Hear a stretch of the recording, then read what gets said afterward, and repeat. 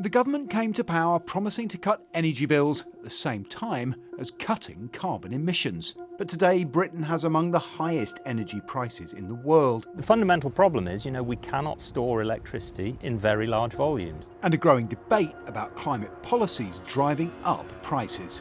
The cost of it is completely ludicrous. So as consumers learn what will happen to prices this winter, how can we get bills down? I think I'm paying about half the bills I used to pay. And is there any quick fix for Britain's energy crisis? To answer the question, we need to start here. We now take all of our gas from the national grid system. With Tony and a phone call. Oh, sorry, somebody is trying to get hold of me now. Yeah, you do what you need to do. When the national grid needs power, Tony's one of the people they ring. Just got a call from the grid operator to say, can you start up in 85 minutes? So you've literally was that your call just then? Call to say, you've got an instruction to come on Unit 4, because the grid operator needs us to stabilise the grid in some way or other. So is that routine? I mean, you scramble to get that happening? Or No, that's what the guys are prepared to do. They're ready in the control room, and they've literally just started prepping it now, and it'll be on in about an hour and a half. He's the plant manager at Connors Quay Power Station. On the banks of the Dee in North Wales, it uses gas to generate electricity that flows on to the national grid. But the 4 giant turbines, each capable of powering more than 300,000 homes at a time, don't turn round the clock. They're switched on and off as required to help fill the gaps when renewable power is not available.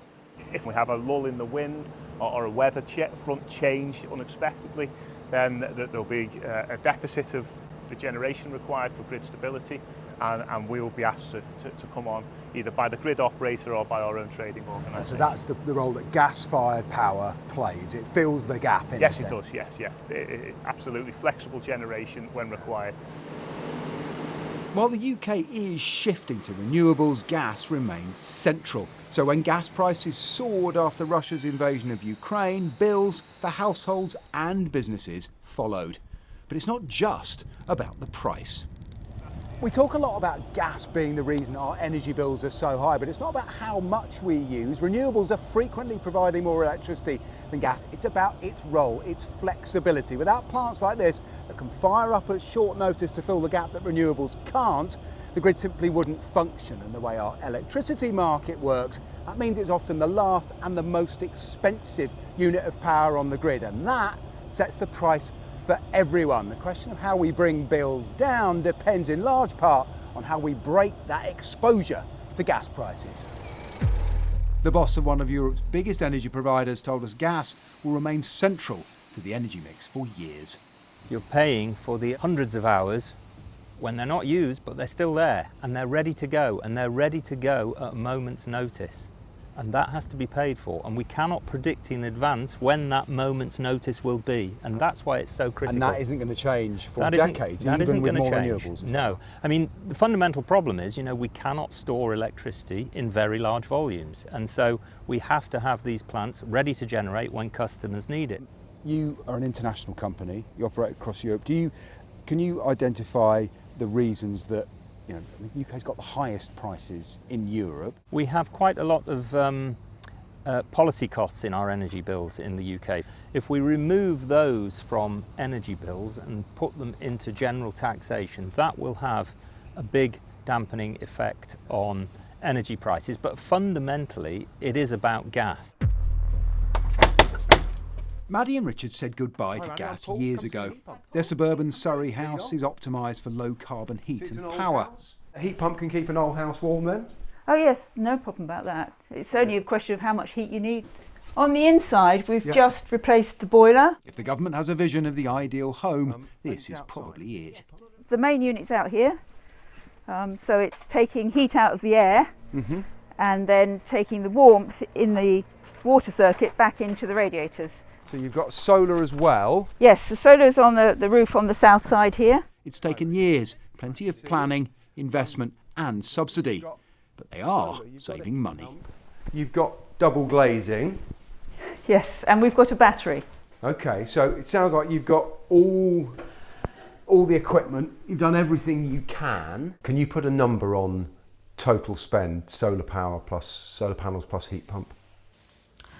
If we were doing it today, Yeah. the heat pump would be about 13, the solar panels would be about 10, and the battery would be about 4. But we've done that over 20 years. Has it saved you money? It saves us a lot of money.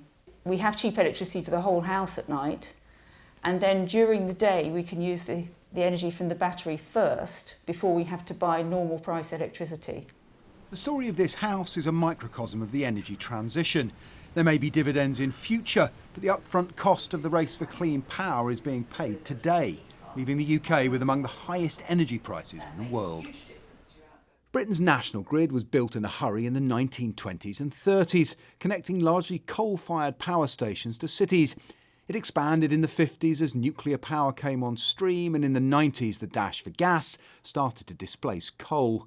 But connecting new solar and offshore wind requires a new network of undersea cables and pylons. The biggest grid expansion will come here, in Scotland. It's the engine room of renewables, but for now, a lot of that power has nowhere to go.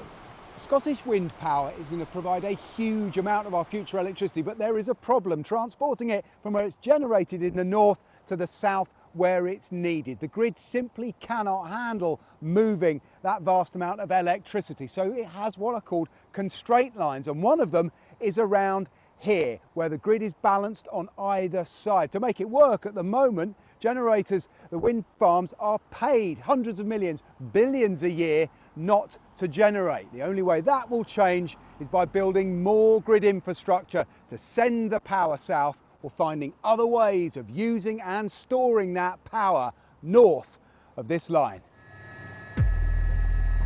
Hydroelectricity is part of the answer. Tummel Bridge has been operating for more than 90 years, converting water captured in the hills into reliable power. The water comes from the aqueduct up above us, 45 tonnes of water per second through each machine. Wow. It's a really significant volume. And that and the noise we can hear is just the water moving. Happening right now, yeah. SSE has a plan to build a huge pumped hydro plant in the Highlands, using excess wind power to store water, effectively a giant battery. We have a phenomenal renewable energy resource in Scotland and in the north of the country, but sometimes it's difficult to get that to the south where the majority of the demand is. So being able to use that electricity to pump water up a hill and keep it for when it's needed is a huge asset as we try and really have a genuine renewable system. But the cost of managing the grid and subsidising renewables is rising, pushing up bills even as gas prices have come down. Wholesale electricity prices, set mainly by gas, have fallen from their 2022 peak to around £80 a megawatt hour this year. But subsidies for new offshore wind are rising and could reach £100 a megawatt hour next year.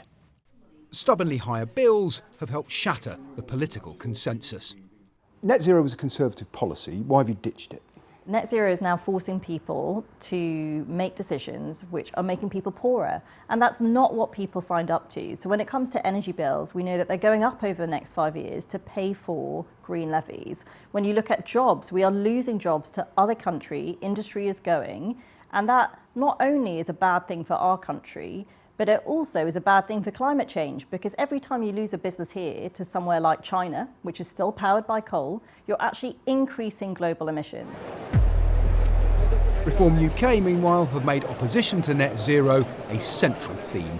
Can somebody help my camera get round this corner? Net zero, Richard, you call it net stupid zero. What's stupid, cutting the emissions or the cost involved in cutting those emissions? The cost of it is completely ludicrous. It'll make no difference to the quantity of global emissions. We're responsible for less than 1%.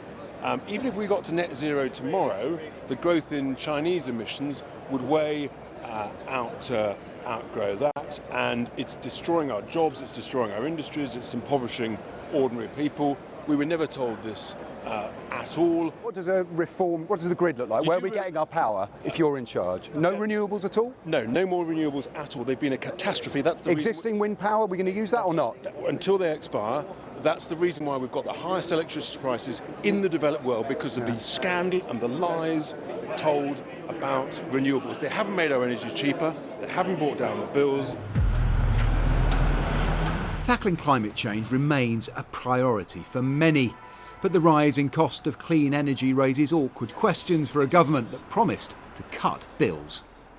This government is committed to net zero, but this year energy bills have been rising even though gas prices have fallen. So I'm going to see a minister, find out what's going on. When will our energy bills come down? And could green policies actually be pushing them up? The truth is, we do have to build that infrastructure in order to remove the volatility of fossil fuels from people's bills. We obviously hope that that will happen as quickly as possible, but there's no shortcut to this and there's no easy solution to building the clean power system that brings down bills. And our opponents talk about gas being an alternative, but of course we would have to build new gas at huge cost as well. The cost of subsidy is going up, isn't it? And that is driving up bills. Well, I don't agree with that. The cost of subsidy is increasing because of global cost of building things, but it's still significantly cheaper than it would be to build gas. And look, there's a bigger argument, I think, here that we're all still paying the price of the volatility of fossil fuels. And in the past 50 years, more than half of the economic shocks this country's faced have been the direct result of fossil fuel crises across the world. Chancellor Rachel Reeves has promised to cut energy costs in the budget to ease the short-term pain of delivering long-term gain.